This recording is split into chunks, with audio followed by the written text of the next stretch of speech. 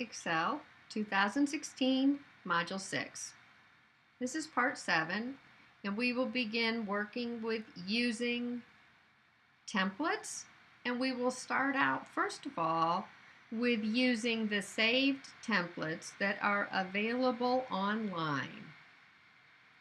So we are going to start out by choosing the File and then New.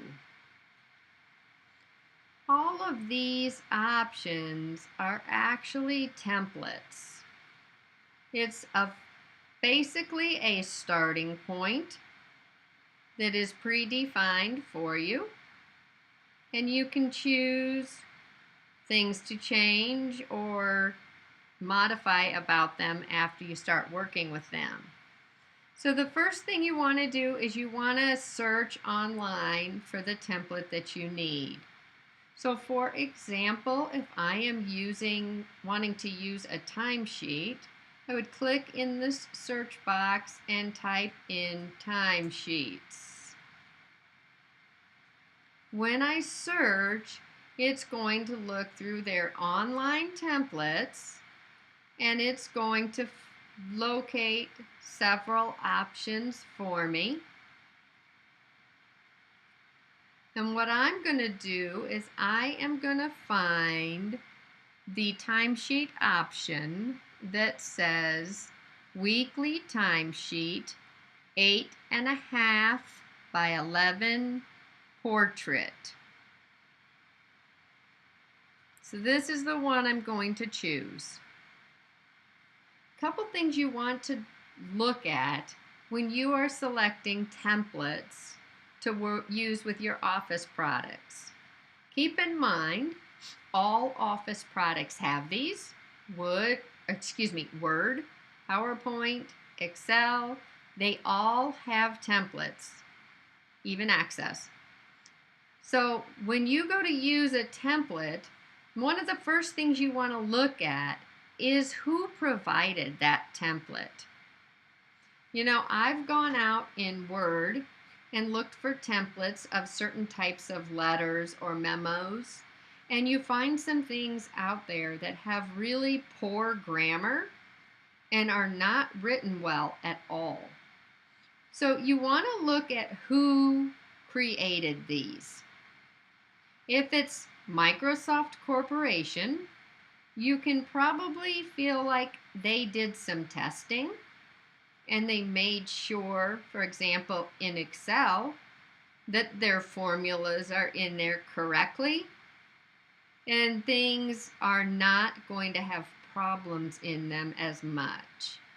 Okay, I feel like Microsoft is going to allow their name to be assigned to things if they feel like those items are set up well. They're not going to want to post things out here that they discover have a lot of mistakes in them because that makes them look bad.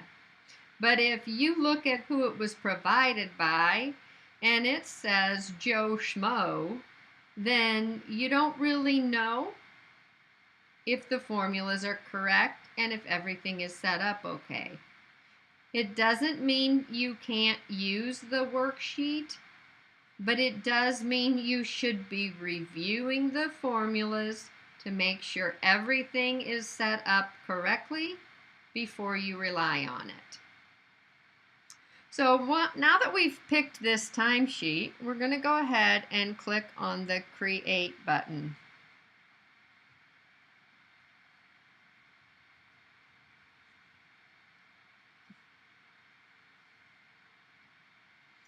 Okay, so now we can begin to use this template.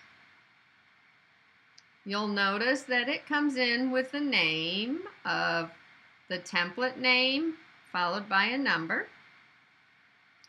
So we're going to go ahead and start typing in the information. So it wants us to put a company name in here. So we have Reveries Urban Centers. We are going to decrease the font size a little bit on that, so we're going to make it go down to 18.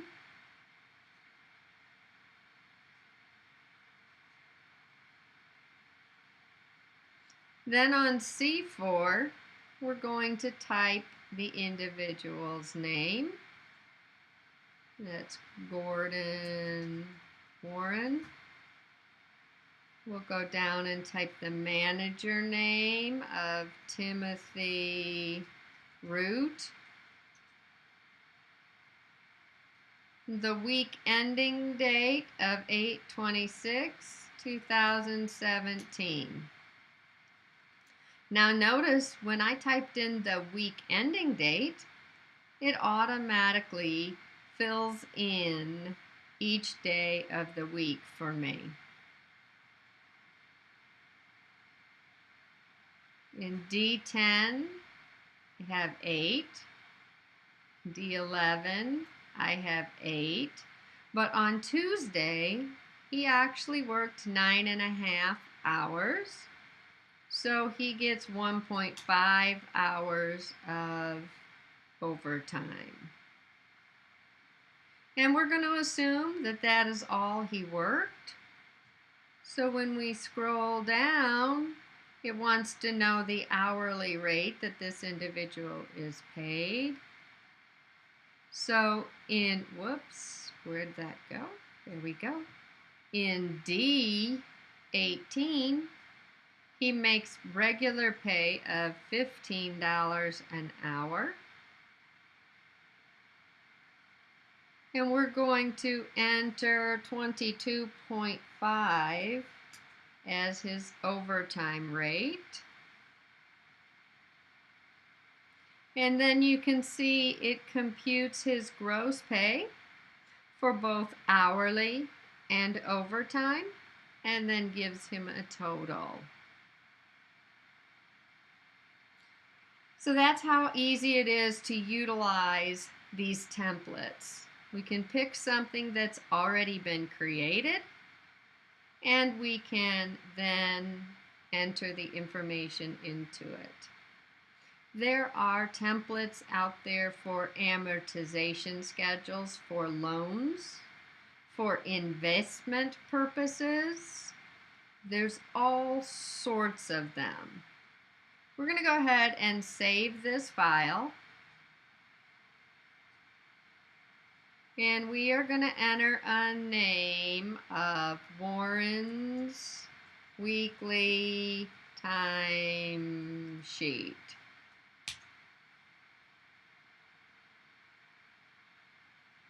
So again, when you're looking for a template, you go to New, and then this allows you to search. And as you can see by looking at this list of options here, there are many templates available that you can work with.